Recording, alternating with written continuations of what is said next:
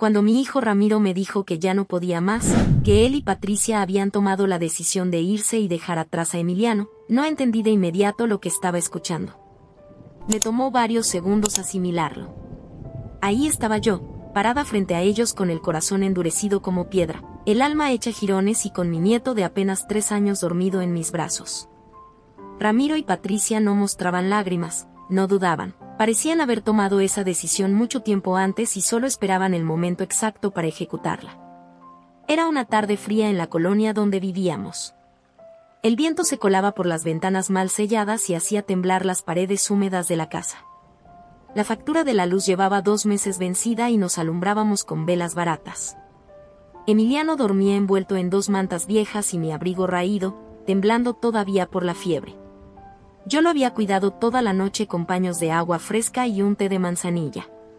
Su madre, Patricia, no quiso acercarse en todo el día. No soporto esta carga, me dijo, como si su propio hijo fuera una mochila demasiado pesada.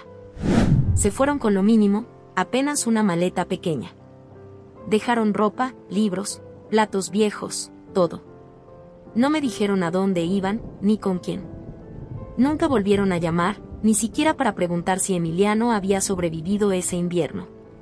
Recuerdo haberme sentado en la silla de la cocina con él en mis brazos, esperando algo. Quizá que volvieran, que me dijeran que era una broma, que habían cambiado de opinión. Pero no. El silencio fue la única respuesta.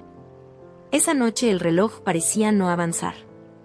Afuera llovía, adentro, apenas teníamos unas papas viejas que herví sin sal. Guardé todo para Emiliano. Yo me conformé con agua caliente y pan duro. Con los días, la noticia se regó en la familia. Mi hermana me llamó para confirmar si era cierto. Cuando le dije que sí, me contestó sin rodeos: siempre fuiste muy blanda. Criar a un niño así no es para todos. Y cortó. Los demás no fueron distintos. Algunos me juzgaron por no haber puesto límites a Ramiro desde joven. Otros simplemente nos ignoraron. Cuando pasaban frente a la casa, volteaban a otro lado, como si la enfermedad de Emiliano fuera contagiosa. Un sobrino incluso me dijo sin vergüenza que no entendía por qué me aferraba a un niño que nunca sería independiente.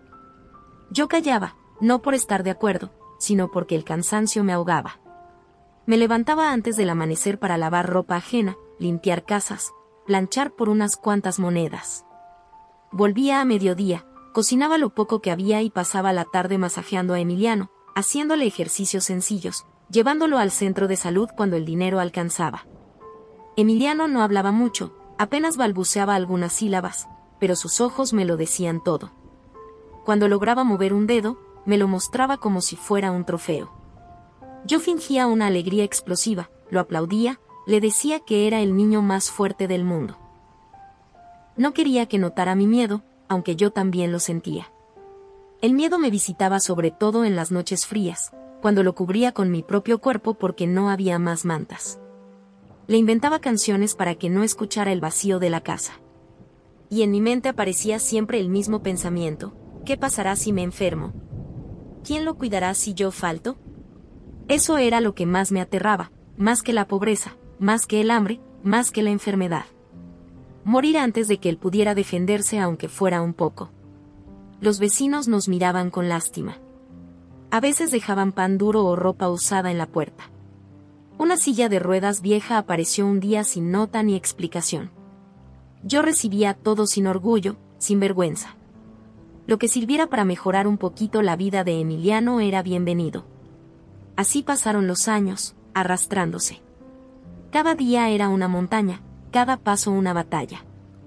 Y aún así yo no me rendía. No podía hacerlo. En el rostro de Emiliano veía la inocencia de un niño que no pidió venir al mundo y que ya había sido juzgado injustamente por él.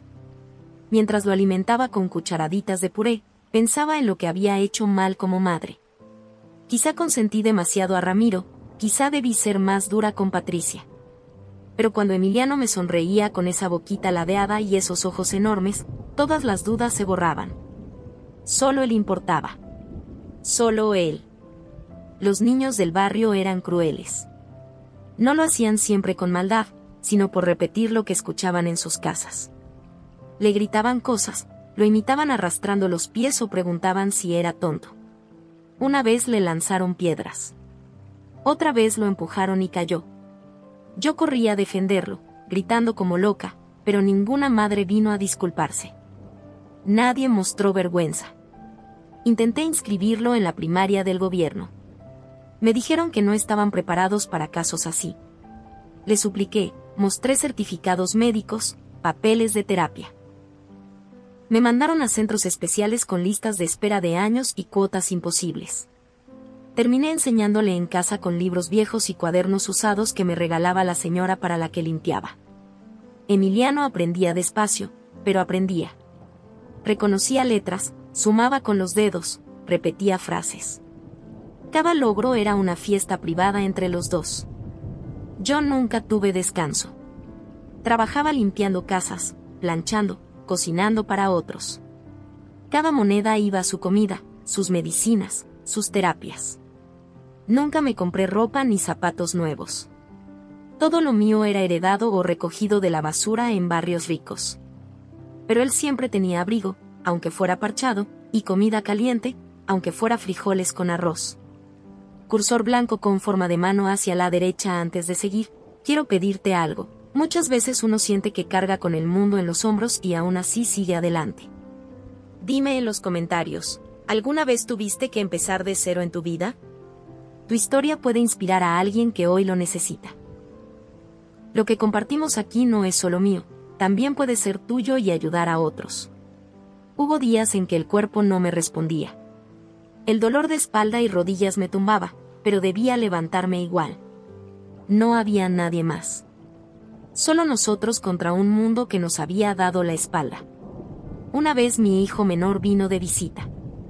Apenas soportó ver a Emiliano. Me pidió que lo internara en un centro. Le respondí que mientras yo respirara, Emiliano estaría conmigo. Nunca volvió. Yo no lloraba frente a Emiliano, jamás.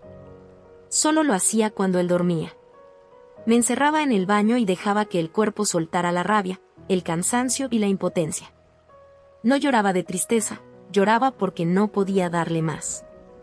Porque no podía cambiar su cuerpo. Porque no podía sacarlo de esa silla.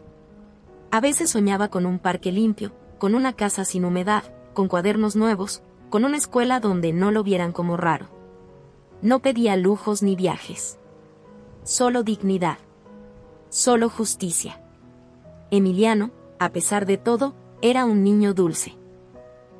Nunca se quejaba, nunca preguntaba por su papá ni por su mamá. Nunca pidió nada. Me miraba con ternura y me decía abuela, como si esa palabra resumiera todo lo bueno de su vida. Pasaron 6 años desde que Ramiro y Patricia nos dejaron. Nunca volvieron, nunca llamaron, nunca escribieron. A veces imaginaba que estaban bien, que tenían otra vida lejos de nosotros. Y me dolía más, porque justo cuando más los necesitábamos decidieron desaparecer. Nos volvimos invisibles para todos, la viejita que cargaba con un inválido, la terca que no se rendía. Nadie nos veía, nadie nos buscaba. Pero yo no me dejé vencer. No por esperanza ni por fe, sino porque Emiliano tenía derecho a vivir. Cada paso suyo era también el mío. Y aunque el mundo nos negara, yo seguía ahí. Los años más duros fueron entre los 7 y los 11 de Emiliano. La casa donde vivíamos parecía un invierno eterno aunque fuera pleno verano. La humedad había conquistado cada rincón. Las paredes goteaban, el techo tenía filtraciones y muchas veces amanecíamos con los pies mojados. Dormíamos en la misma cama, no por costumbre sino porque era la única manera de soportar las noches heladas. La colonia estaba llena de ruidos, pleitos de vecinos, niños jugando entre basura y botellas rotas. Y aún así, a pesar de tanta miseria, lo que más dolía era cómo nos miraban, como si la discapacidad de Emiliano fuera una maldición que se podía pegar con solo acercarse. A sus 5 años apenas lograba mantenerse de pie. Sus piernas flacas temblaban, sus brazos no tenían fuerza y dependía de una silla de ruedas prestada con una llanta floja y el respaldo roto. Cada salida a la calle era un martirio, los comentarios, las risas disimuladas, Los niños que lo imitaban arrastrando los pies o preguntaban si era tonto. Más de una vez le aventaron piedras pequeñas. Otra, lo empujaron y cayó al suelo. Yo corrí a levantarlo, a gritar, pero ninguna madre se disculpó. Nadie parecía sentir vergüenza. Incluso la familia era cruel. Mis hermanos de vez en cuando aparecían con bolsas de arroz o café caducado, no por bondad, sino para sentirse con la conciencia tranquila. Siempre acompañaban sus ayudas con comentarios hirientes. Una cuñada llegó a decir, delante de todos, que tal vez hubiera sido mejor que Emiliano no hubiera nacido. Nadie la corrigió. Yo guardé silencio, no porque estuviera de acuerdo, sino porque no me quedaban fuerzas. Emiliano escuchaba. Quizá no entendía cada palabra, pero percibía los tonos, las miradas. Ese desprecio disfrazado de lástima se le clavaba como espinas en el alma. Por las noches lo encontraba despierto, mirando fijo al techo. No lloraba, no se movía, solo permanecía inmóvil, como si supiera que no encajaba en ningún lugar. Yo me acostaba a su lado y le acariciaba el cabello hasta que al fin se dormía.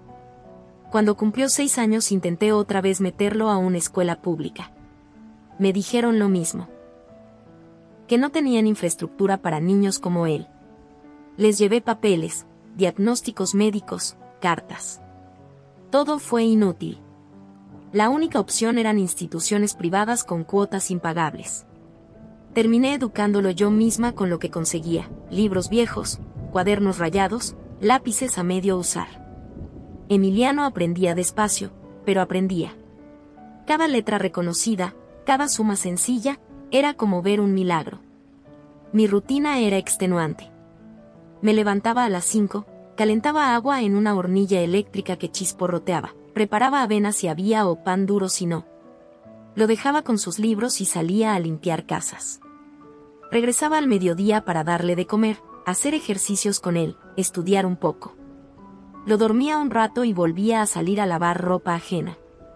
Volvía de noche con la espalda partida, las manos agrietadas y los zapatos empapados, pero siempre volvía. No teníamos televisión. Emiliano se entretenía con libros usados que encontraba en mercados o que me regalaban. Una vez una señora rica me dio una enciclopedia incompleta. Emiliano la recibió como si fuera un tesoro. Leía cada página como si ahí encontrara una salida. En esos textos descubría un mundo donde no lo limitaba su cuerpo. Allí viajaba, soñaba, volaba. Los vecinos ya ni nos saludaban. Éramos parte del paisaje, como el poste de luz descompuesto o la tienda abandonada de la esquina. Una vez se incendió la cocina por la instalación vieja. Salimos corriendo. Nadie vino a ayudarnos. Solo cuando el humo se disipó, una vecina lanzó desde su ventana una botella de agua, por si vuelve a prenderse. Eso fue todo. Las fiestas eran un recordatorio de lo solos que estábamos. Mientras los demás cenaban con música y cohetes, nosotros nos quedábamos con una vela encendida, una taza de té y un pedazo de pan. Yo le inventaba cuentos sobre un futuro distinto, una casa sin goteras, un parque limpio, una escuela que lo aceptara. Emiliano me escuchaba con una fe que me partía el corazón. Nunca conoció un juguete nuevo ni una fiesta de cumpleaños con globos. Sus regalos eran dibujos, libros usados, palabras. Y jamás se quejó. Nunca preguntó por su papá ni por su mamá. Nunca. 6 años después del abandono, seguíamos siendo invisibles. Yo había borrado los nombres de Ramiro y Patricia de mi diccionario. No por odio, sino por necesidad. Mi única misión era Emiliano. Su salud, su mente, su alma. Yo me había convertido en su enfermera, su maestra, su sostén. Nada más importaba. Un invierno lo recuerdo más que a otros. Emiliano tenía una infección en los pulmones. No podía respirar bien. Lo llevé a urgencias. Esperamos 9 horas en un pasillo frío. Lo acosté en una manta en el piso. Nadie nos atendía. Cuando por fin un médico lo revisó, ya estaba dormido del agotamiento. Me dieron una receta imposible. No tenía dinero. Terminé pidiéndole prestado a una vecina y tardé meses en pagarle. No había fotos, no había recuerdos materiales. Todo estaba en los gestos, en los sonidos, en sus palabras. Emiliano me decía te quiero cada día. A veces me acariciaba la cara con sus dedos delgados, como si él cuidara de mí. Y yo seguía de pie, no por heroísmo, sino porque si yo caía, él caía. Nuestra vida era repetitiva, gris, solitaria, pero sostenida con un hilo invisible de amor que ni la pobreza pudo romper. No hubo un solo momento que me empujara a decidir que todo debía cambiar. Fue un goteo lento, años de miradas sucias, de burlas disfrazadas de consejos, de manos que se retiraban cuando más las necesitábamos. No fue una pelea ni una tragedia puntual. Fue entender que en ese lugar solo quedaba desprecio y desgaste. La gota final llegó una tarde de otoño. Emiliano tenía 11 años y habíamos salido a tomar sol. Nos detuvimos frente a una construcción. A él le encantaba ver cómo levantaban paredes, como algo nuevo surgía de la nada. Un grupo de niños pasó corriendo. Uno de ellos, nieto de un viejo conocido, se detuvo a mirarlo y gritó, «Parece un muñeco roto». Por eso su papá se fue, nadie quiere cargar con algo que no sirve. Me quedé congelada. No fue rabia lo que sentí, sino una herida abierta. Emiliano bajó la cabeza, se cubrió el rostro con las manos y no habló en todo el camino de regreso. Esa noche no cenó. Al día siguiente me dijo, con una voz que ya no era de niño, que quería vivir en otro lugar, donde nadie lo mirara así. Yo ya lo había pensado muchas veces, pero me faltaba valor. Ese día entendí que ya no había elección. Si nos quedábamos, Emiliano se marchitaba. Y si él se apagaba, yo también. Empecé a planearlo en silencio. Vendí lo poco que tenía, una radio vieja, unas sillas, algunas ollas. Junté monedas y hablé con una señora para la que trabajaba. Ella me consiguió una pieza en renta en las afueras de otra ciudad. Era pequeña, con una cama, cocina compartida y baño en el pasillo, pero era un inicio. Empaqué todo en 2 bolsas. Unos libros, ropa usada, una manta. Emiliano se despidió de la casa sin mirar atrás. Yo cerré la puerta y dejé las llaves colgadas en el picaporte. El viaje fue largo y silencioso. Emiliano me sostenía la mano. Teníamos miedo, pero también esperanza. Al llegar, la ciudad era ruidosa, gris, pero distinta. Nadie nos conocía. Nadie nos miraba con lástima. Nadie sabía que éramos los abandonados. La pieza era humilde, pero nuestra. Emiliano se asomaba a la ventana y veía pasar los camiones. Me preguntaba a dónde iban. Yo le decía que a lugares donde tal vez algún día viviríamos. Encontré trabajo rápido, cuidar ancianos, limpiar casas, lo que fuera. Lo hacía con más energía que nunca. No porque estuviera menos cansada, sino porque ahora teníamos un objetivo. Ya no era solo resistir. Ahora era construir. Emiliano empezó a cambiar. Su mirada se hizo más firme. Seguía frágil, pero había un fuego nuevo en él. Intentaba vestirse solo, arrastraba sus piernas hasta la mesa. Yo lo miraba con un nudo en la garganta. Algo estaba despertando. Lo inscribí en una escuela pública con integración. No fue fácil. Tuve que insistir mucho, pero lo aceptaron. Fue su primer contacto real con otros niños. Al inicio lo miraban raro, pero un compañero le prestó un cuaderno y así comenzó a integrarse. Un día regresó con una hoja donde había dibujado una bandera. Me dijo, es mi país nuevo, mi vida nueva. A partir de ese momento, todo empezó a cambiar. La nueva ciudad no nos recibió con flores ni oportunidades. Nos arrojó, como a tantos otros, a la lucha diaria por sobrevivir. Pero había una diferencia enorme, ahí teníamos anonimato. Nadie nos conocía. Nadie nos señalaba por lo que éramos. Era empezar de cero, aunque fuera en un cuarto con paredes delgadas y cañerías ruidosas. Ese cuarto se convirtió en nuestro refugio. Teníamos una cama angosta que compartíamos, un ropero donado, una silla que servía para todo y un pequeño escritorio usado que compré en pagos. Cuando se lo entregué a Emiliano, lo recibió como si fuera de oro. Allí ponía sus cuadernos, sus libros, sus sueños. Verlo inclinarse sobre esas páginas era el mejor recordatorio de que la decisión de mudarnos había valido la pena. Yo trabajaba más que nunca. Atendía a una señora mayor, limpiaba casas, lavaba baños en una gasolinera los fines de semana. Cada peso lo destinaba a su alimentación, sus útiles, sus medicinas. Mi cuerpo estaba desgastado, pero había algo distinto, ya no luchaba solo por sobrevivir el día. Ahora peleaba por un futuro. Emiliano se adaptó más rápido de lo que imaginé. En la escuela pública no todo fue fácil, pero al menos lo trataban con respeto. Sus maestros notaron su interés poco común. Se quedaba después de clase haciendo preguntas. Escribía resúmenes largos, leía en casa, aprendía con pasión. Una maestra me buscó un día para felicitarme. Dijo que nunca había visto a un niño tan determinado. Yo sonreí, pero guardé las lágrimas para cuando llegué al cuarto. Lloré en silencio, no de dolor, sino de orgullo y alivio. Su cuerpo también comenzó a cambiar. Seguía teniendo dificultades para caminar, pero se caía menos. Podía mantenerse de pie más tiempo. Hacíamos ejercicios todos los días, estiramientos, masajes, caminatas cortas. Él no se rendía. Jamás decía ya basta. Un médico de un hospital público lo revisó y me dijo sorprendido que su avance era poco común. Con terapia constante podría caminar sin ayuda en unos años. No quise ilusionarme demasiado, pero esa noche Emiliano me miró y me dijo que pronto no necesitaría la silla. Yo le acaricié la cabeza y le serví leche caliente. No necesitábamos más palabras. Nuestra rutina se fue ordenando. Yo trabajaba de día, él estudiaba de noche.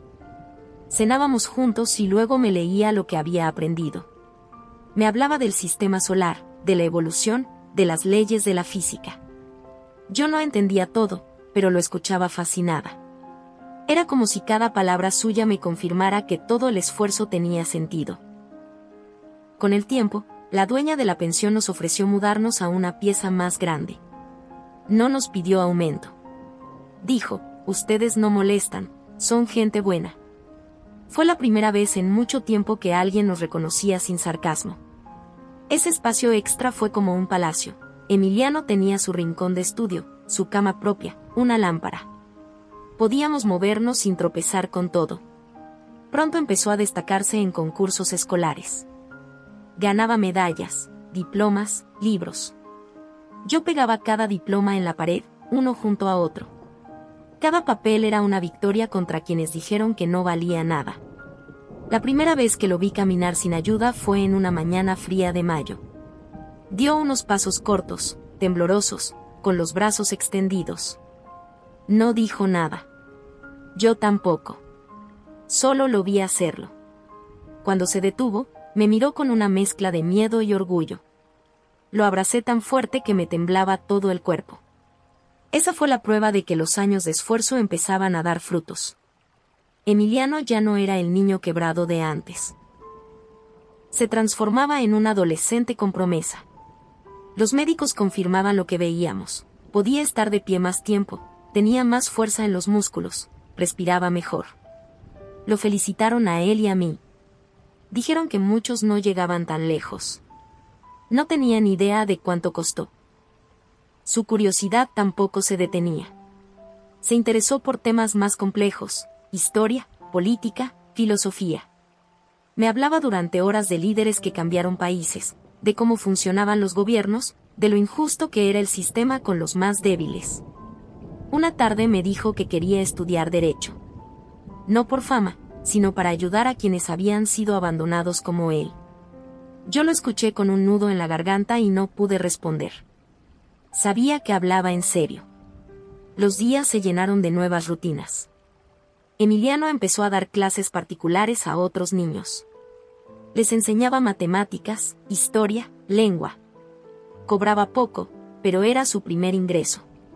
Con eso se compraba libros, cuadernos, una mochila. A veces traía un pastel para compartir conmigo. Cada gesto suyo era una declaración de amor. Su cuerpo seguía frágil, pero ya no lo limitaba tanto. Lo vi correr por primera vez, tropezarse, levantarse sin ayuda. Lo vi discutir con un profesor con voz firme. Lo vi defender a un compañero frente a una injusticia. Lo vi crecer. Yo también cambié. Ya no contaba cada moneda con angustia. Aún éramos pobres, sí, pero ya no miserables. Teníamos control, dignidad. El futuro dejaba de ser una idea lejana y se volvía algo alcanzable. Emiliano empezó a participar en debates escolares, en concursos de oratoria. Su voz, antes suave y temblorosa, se volvió clara. Aprendió a hablar en público, a sostener ideas. Me invitaba a sus presentaciones. Yo me sentaba al fondo, con la ropa limpia y las manos cruzadas. Lo miraba con una mezcla de incredulidad y orgullo. Un día ganó un certamen de jóvenes oradores de la ciudad. El premio era un viaje a la capital para competir a nivel nacional. Nunca habíamos salido más allá del barrio.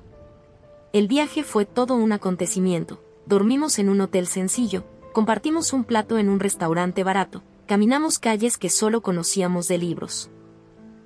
En la competencia, Emiliano habló sobre la dignidad de las personas con discapacidad. Habló de mí, aunque sin nombrarme. Dijo que la sociedad castiga 2 veces, primero con el abandono, después con la indiferencia. Su discurso conmovió. Ganó no por lástima, sino por mérito. Al regresar, la escuela lo recibió como héroe. Hubo un acto, le regalaron libros, lo aplaudieron. Yo lo miraba desde un costado. Nunca me puse en el centro. Pero sabía que ese logro también era mío. Que cada paso de él era un paso mío. Que su cuerpo fuerte era fruto de mis manos. Que su mente libre había crecido en mis silencios. Cuando Emiliano cumplió 15 años, era otro. Caminaba con seguridad, con apenas un rastro de dificultad. Su rostro estaba lleno de energía serena, como si dentro tuviera un motor que nunca se apagaba. Estudiaba con una concentración que me sorprendía. Su cuarto estaba lleno de libros, cuadernos, apuntes. Aprendía idiomas gratis en internet, inglés, portugués, francés. Yo lo observaba en silencio, tejiendo o doblando ropa. Me costaba creer que ese adolescente disciplinado era el mismo niño que temblaba de fiebre entre mantas agujeradas. Lo veía escribir páginas enteras, debatir consigo mismo en voz baja, organizar grupos de estudio en la escuela. Sus maestros ya no sabían qué hacer con él. Estaba varios niveles por encima del resto. Algunos lo admiraban, otros lo miraban con recelo. Pero nadie podía ignorarlo. Emiliano se había convertido en un referente. No solo por su inteligencia, sino por su actitud. Defendía a los más callados, cuestionaba decisiones injustas, organizaba charlas sobre inclusión. A los 16 ya era un líder. No porque lo buscara, sino porque los demás lo seguían. Yo lo acompañaba a todos los actos, sentada en la última fila, con mi bolso en el regazo. Él sabía que yo estaba ahí y eso era suficiente. Un día me dijo que quería presentarse como orador en un foro nacional de políticas públicas juveniles. Tenía que postularse, escribir un ensayo, pasar una entrevista. Lo hizo todo solo y fue seleccionado entre cientos. Viajamos otra vez a la capital con una mochila llena de papeles y nervios. Ese día se paró frente a una sala llena de jóvenes, expertos, autoridades. Habló 15 minutos sin leer notas. Su voz era firme, directa. Habló de educación, desigualdad, meritocracia falsa. Habló de cómo el sistema invisibiliza a los que nacen con desventajas. No lo dijo con odio, sino con verdad. La ovación fue enorme. Le pidieron entrevistas, le ofrecieron becas, lo invitaron a más foros. Él aceptaba todo con humildad. De regreso me tomó la mano en el tren y me dijo, esto apenas empieza. Yo lo creí. La obsesión de Emiliano por aprender no era una etapa, era un camino de vida. Cada día se levantaba con un nuevo objetivo. Su cuarto se llenó de libros apilados, apuntes escritos en hojas recicladas, frases subrayadas en cuadernos. Yo a veces lo miraba desde la puerta, en silencio, preguntándome de dónde salía tanta fuerza. Era como si todo lo que había sufrido lo usara como combustible. Empezó a escribir artículos para un periódico local. Luego lo invitaron a programas de radio juveniles.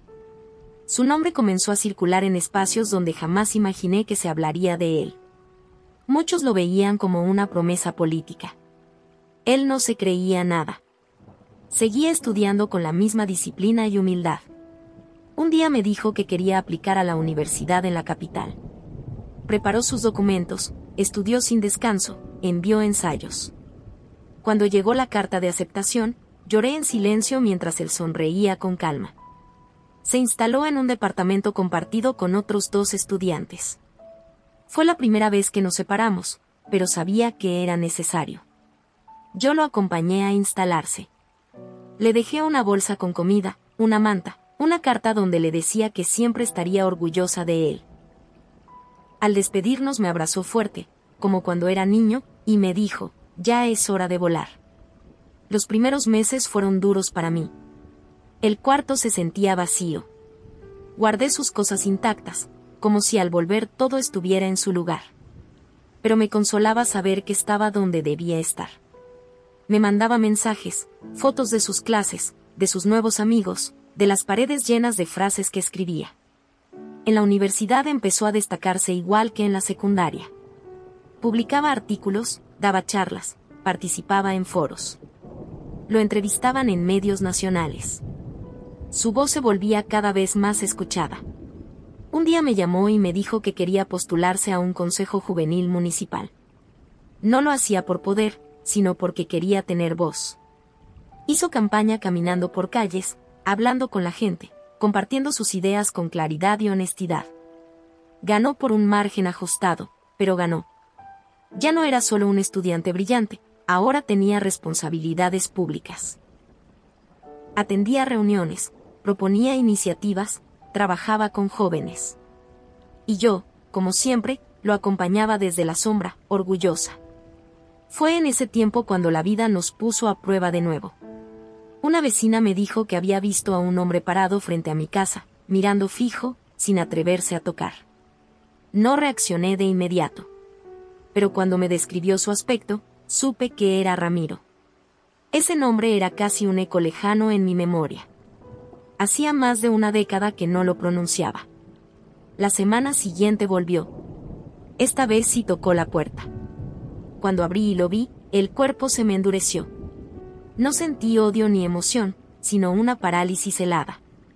No dije su nombre. Él tampoco dijo el mío. Solo preguntó si podía pasar.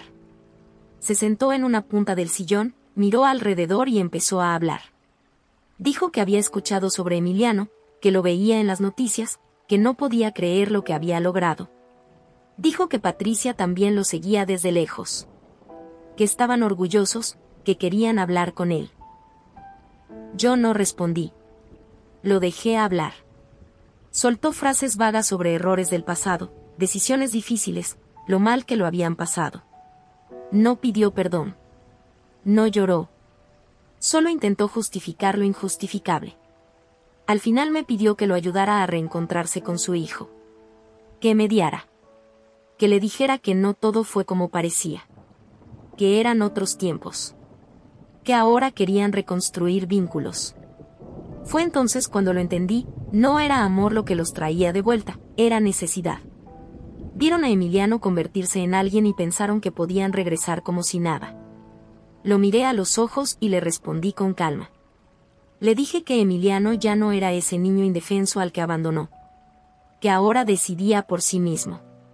Que si quería hablar con él, podía buscarlo. Pero que no esperara comprensión automática. La puerta que él había cerrado no se abría solo con tocarla. Ramiro se fue con la cabeza baja. No supe si de vergüenza o de rabia. Dijo que volvería. Y cumplió. La segunda vez vino acompañado de Patricia.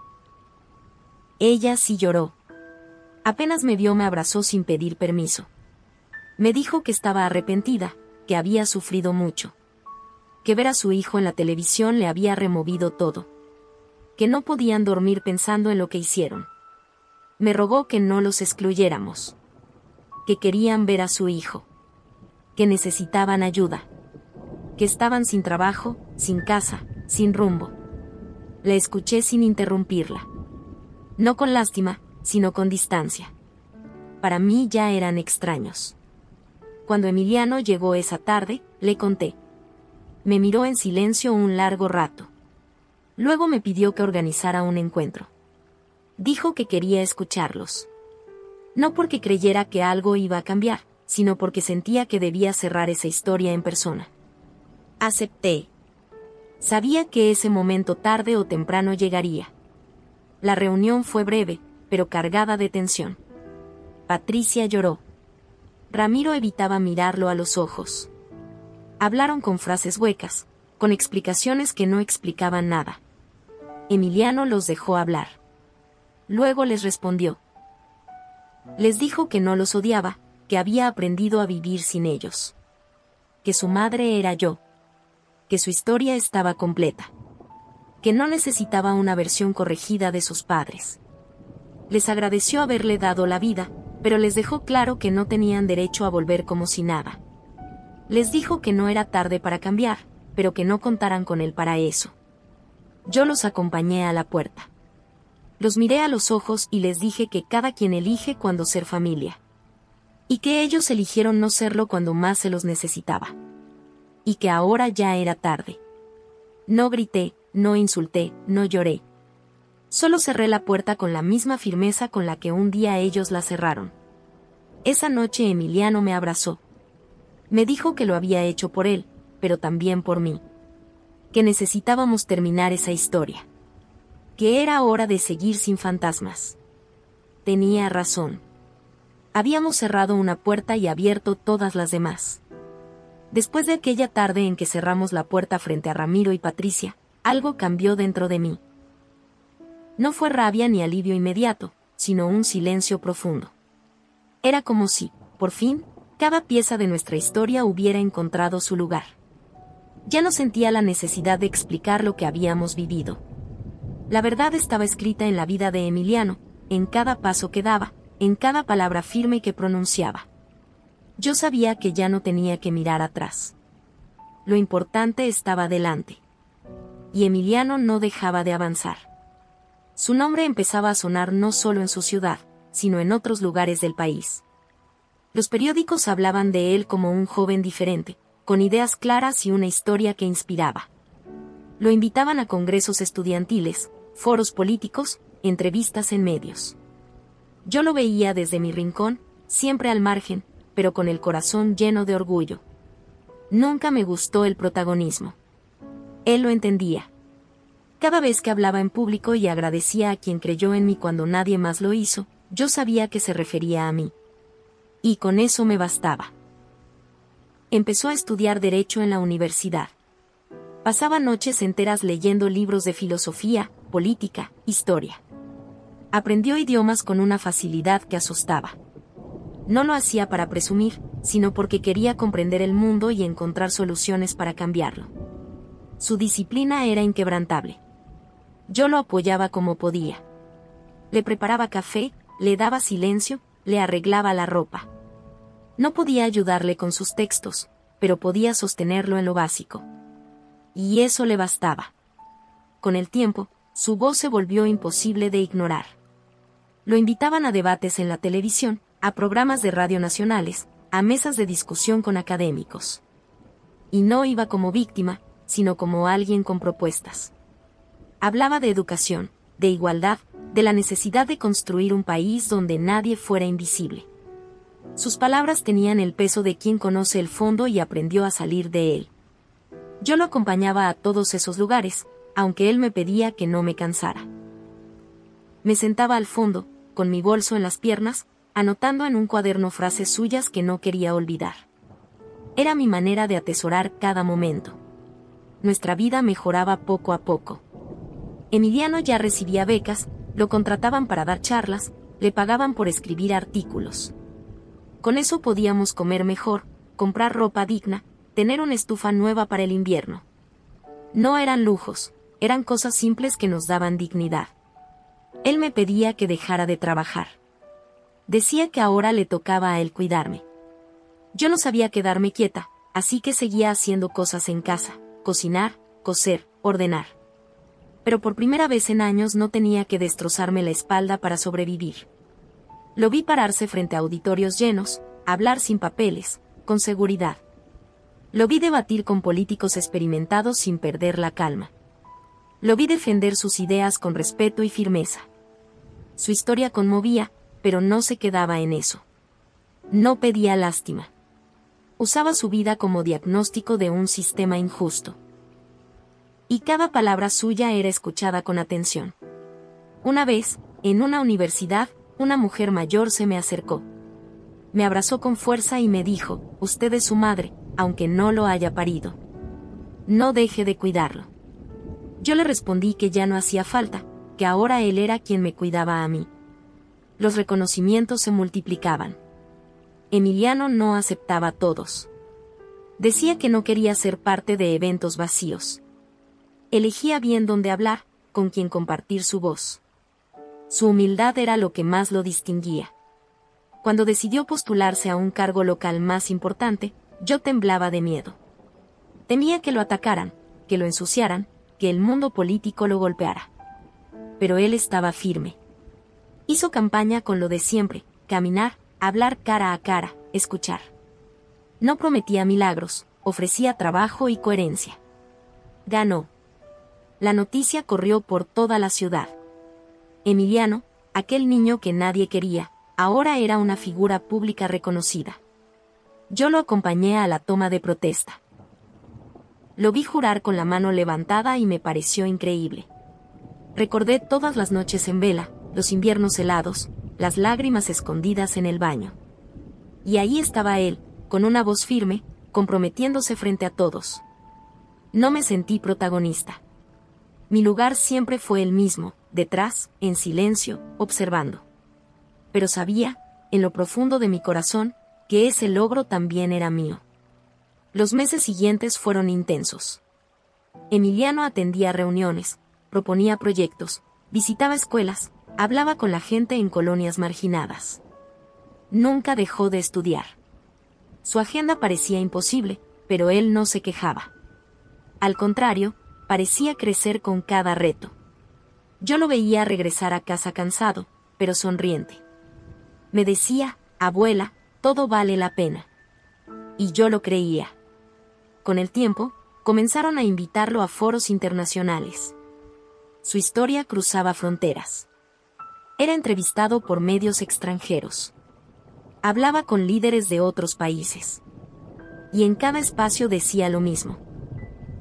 Que no se podía cambiar lo que no se nombraba, que su vida era prueba de que con amor y voluntad las cosas podían transformarse. Yo ya tenía más de 70 años. Mi cuerpo era más lento, pero mi corazón estaba fuerte. Emiliano me pedía que descansara, que disfrutara, que leyera. Me regaló una pequeña biblioteca de madera y fue llenándola con libros que pensaba que me gustarían. Las tardes se volvieron más tranquilas.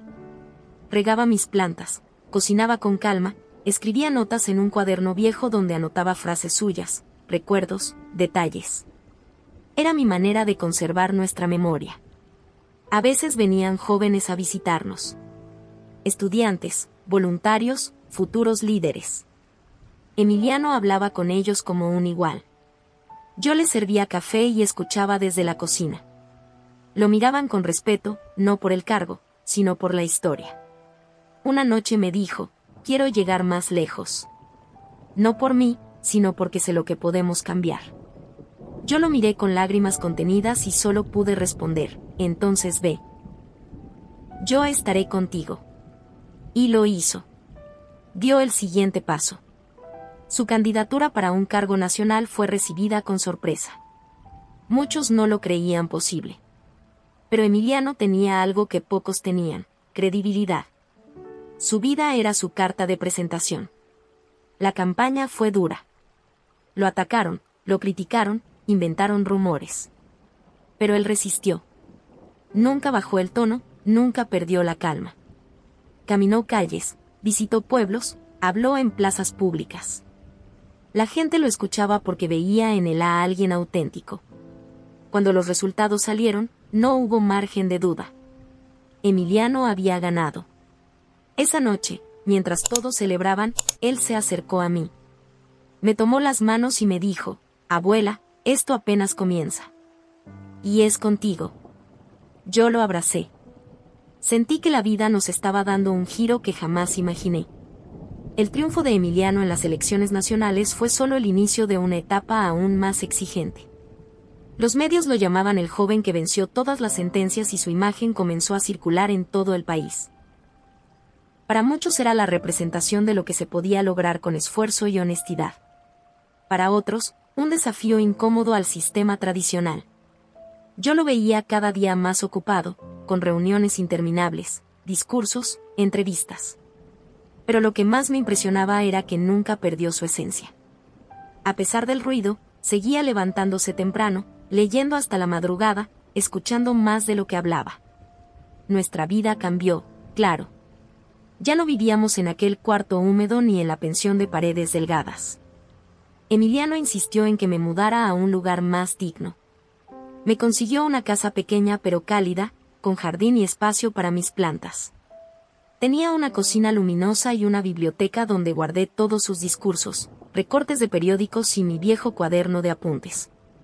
A veces me pedían entrevistas, querían escribir sobre la mujer detrás del líder. Siempre respondía lo mismo: no estoy detrás de nadie, caminamos juntos desde siempre. Y era la verdad. Yo lo empujé cuando era débil, él me sostuvo cuando yo estaba cansada. Nuestra historia nunca fue de sombra y protagonista, sino de dos que se acompañaron. Emiliano seguía creciendo. Promovió leyes para mejorar la educación, visitó hospitales, caminó colonias olvidadas. Nunca usó su pasado como excusa, pero tampoco lo ocultó. Decía que no se podía transformar lo que no se nombraba. Los viajes se multiplicaron. Lo invitaban a foros internacionales, a congresos, a encuentros con líderes de todo el mundo. Y en cada escenario hablaba con la misma serenidad. No buscaba aplausos, buscaba cambios. Yo lo veía en televisión, en periódicos, en conferencias transmitidas en vivo. Y cada vez que aparecía, sentía que mi vida había valido la pena. No todos dejamos edificios, fortunas o empresas. Yo dejaba algo más, una persona. Tenía ya 78 años. Mi cuerpo se movía con lentitud, pero mi mente seguía atenta. Mis mañanas eran tranquilas, regaba mis plantas, escuchaba música suave, cocinaba. De vez en cuando llegaban jóvenes a la casa. Querían conocerme, agradecerme, tomarse fotos. Yo siempre les servía café o té y les decía lo mismo: no me agradezcan a mí, el mérito es de él. Un día una editora vino a proponerme que escribiera un libro sobre nuestra historia. Me ofreció dinero y entrevistas. Le respondí que no, que esa historia no era mía sola, que si alguien debía contarla era Emiliano. Pero le entregué mi cuaderno de apuntes, lleno de frases, recuerdos y lágrimas secas. Le pedí que si algún día se publicaba, no cambiara ni una coma. Cuando Emiliano lo leyó, me dijo que algún día, cuando dejara el cargo, lo publicaría. No para alimentar egos, sino para que otros supieran que siempre hay un camino, aunque no se vea. Su carrera política avanzaba a pasos firmes. Se convirtió en una figura nacional respetada. Y poco después, en candidato a primer ministro. La campaña fue brutal. Los adversarios no se contuvieron, sacaron rumores, inventaron historias, atacaron su salud, su origen, su familia. Decían que no tenía experiencia, que su pasado era un lastre. Pero Emiliano no se detuvo. Respondía con hechos, con propuestas, con serenidad. Caminó calles, habló en plazas, escuchó a la gente. Su autenticidad era su arma más fuerte. Yo lo acompañaba cuando podía. A veces me quedaba en casa, rezando en silencio aunque no fuera mujer de rezos. Sentía miedo, claro. Miedo a que lo destrozaran, a que el país no estuviera listo para alguien como él. La noche de las elecciones no dormimos. La casa estaba llena de voluntarios jóvenes que miraban la televisión con nerviosismo. Cuando se anunció su victoria, hubo gritos, abrazos, lágrimas. Yo me quedé sentada, callada, con las manos apretadas. Él me buscó entre la multitud. Se acercó, me tomó la mano y me dijo: «Abuela, lo logramos». La ceremonia de investidura fue solemne. Lo vi jurar su cargo como primer ministro con la misma calma que siempre tuvo. Yo estaba en la primera fila, con una blusa sobria y el cabello recogido. No lloré, no grité, no busqué cámaras. Mi lugar era observar en silencio. Después vinieron las felicitaciones, las entrevistas, las fotos. Emiliano se acercó a mí, me abrazó fuerte y sin palabras me agradeció todo.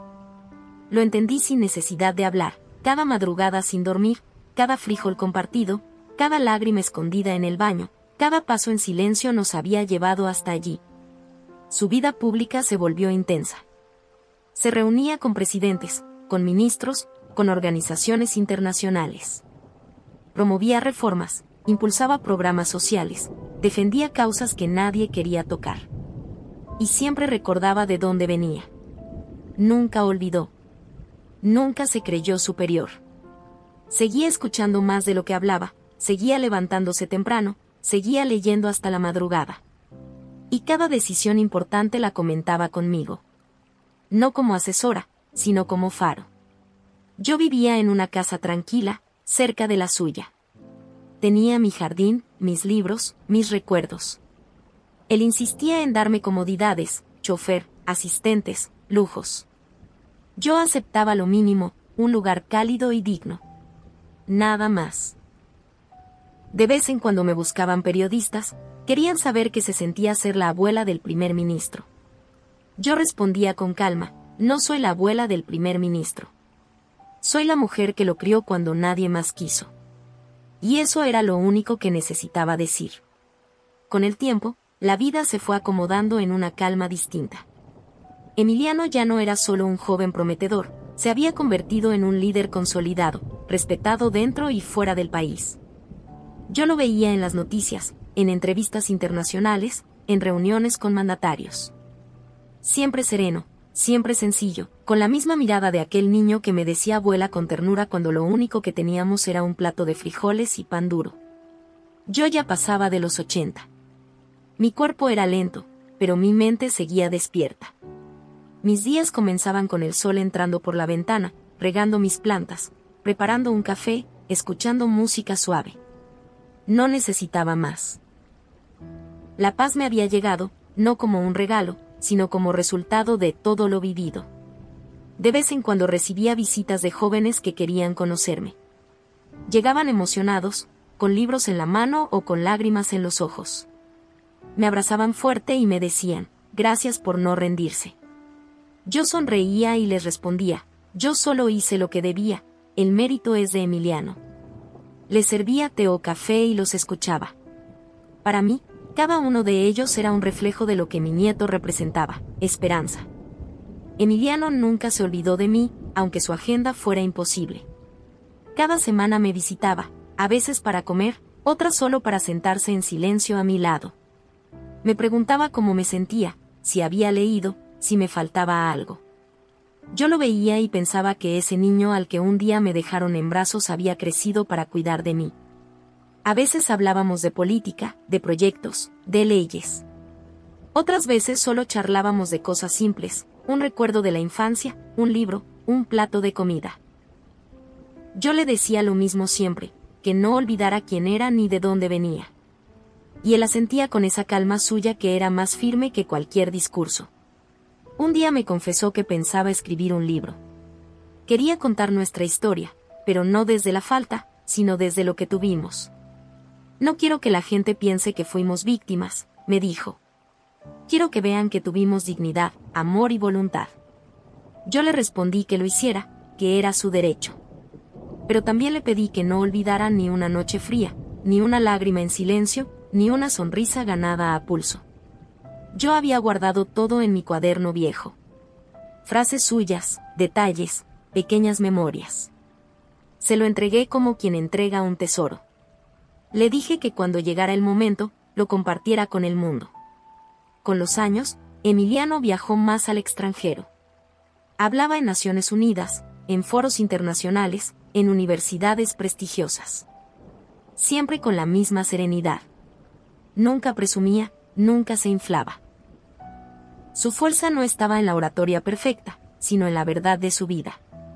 Cuando regresaba de esos viajes, me traía libros o semillas para mis plantas. Decía que eran regalos pequeños, pero yo los recibía como grandes tesoros. Yo vivía tranquila en una casa sencilla, con un jardín que florecía cada temporada. Tenía mis libros, mis plantas, mis recuerdos. Ya no necesitaba más. A veces me preguntaban si no quería lujos, si no deseaba una vida más cómoda. Yo respondía que ya tenía lo que quería, paz y a Emiliano cerca. Una tarde de invierno, mientras regábamos las plantas del jardín, Emiliano me dijo algo que nunca olvidaré: abuela, lo que soy hoy es porque tú nunca me soltaste. Lo miré con lágrimas contenidas y respondí: y yo sigo en pie porque tú me diste razones para seguir. Nos quedamos en silencio, mirando el atardecer. No hacía falta decir nada más. Los años siguieron su curso. Yo sabía que mi tiempo se acortaba. No sentía miedo, sino serenidad. Me puse a escribir una última carta para Emiliano. En ella le dije que ya no tenía nada que enseñarle, que el resto del camino era suyo. Le pedí que no me hiciera homenajes, que no llorara en público, que no me pusiera en un pedestal. Que me llevara en sus decisiones, en los días nublados, en las dudas. Que ahí estaría yo, aunque ya no pudiera abrazarlo. Le entregué esa carta una noche, sin palabras. Él la guardó en su escritorio y me abrazó fuerte. Con los meses, mi cuerpo comenzó a apagarse. Emiliano venía cada día, aunque fuera un rato, a sentarse conmigo. Me leía fragmentos de libros, me contaba de sus proyectos. Yo lo escuchaba y sentía paz. Cuando llegó el momento de partir, lo hice tranquila. Sabía que lo había dado todo. Que lo había sostenido hasta que él aprendió a caminar solo. Que lo había acompañado hasta que el mundo lo escuchó. Emiliano me despidió en silencio. No hubo discursos, no hubo cámaras. Solo él, tomado de mi mano, agradeciendo con los ojos lo que las palabras no podían decir. Después supe que siguió adelante con la misma fuerza de siempre. No se dejó vencer por la tristeza. Al contrario, usó mi ausencia como motor. Decía en sus discursos que la vida le enseñó que nadie llega solo, que siempre hay alguien que te sostiene. Y yo sabía que hablaba de mí. Yo ya no estaba, pero mi huella seguía en cada decisión suya, en cada palabra firme, en cada gesto de honestidad. Y así terminó mi historia, no como víctima, sino como raíz. Yo no construí edificios ni dejé fortunas. Construí a una persona. Formé un alma. Y ese fue mi legado. Cuando lo vi asumir como primer ministro, sentí que todo había valido la pena. Porque en cada paso suyo estaba también mi paso. Y en cada palabra suya estaba mi voz silenciosa. No necesité aplausos, no necesité reconocimiento. Me bastó con saber que no me rendí. Que sostuve con mis manos gastadas a un niño frágil hasta que los dos aprendimos a caminar como si hubiéramos sido invencibles. Y así se cerró mi historia.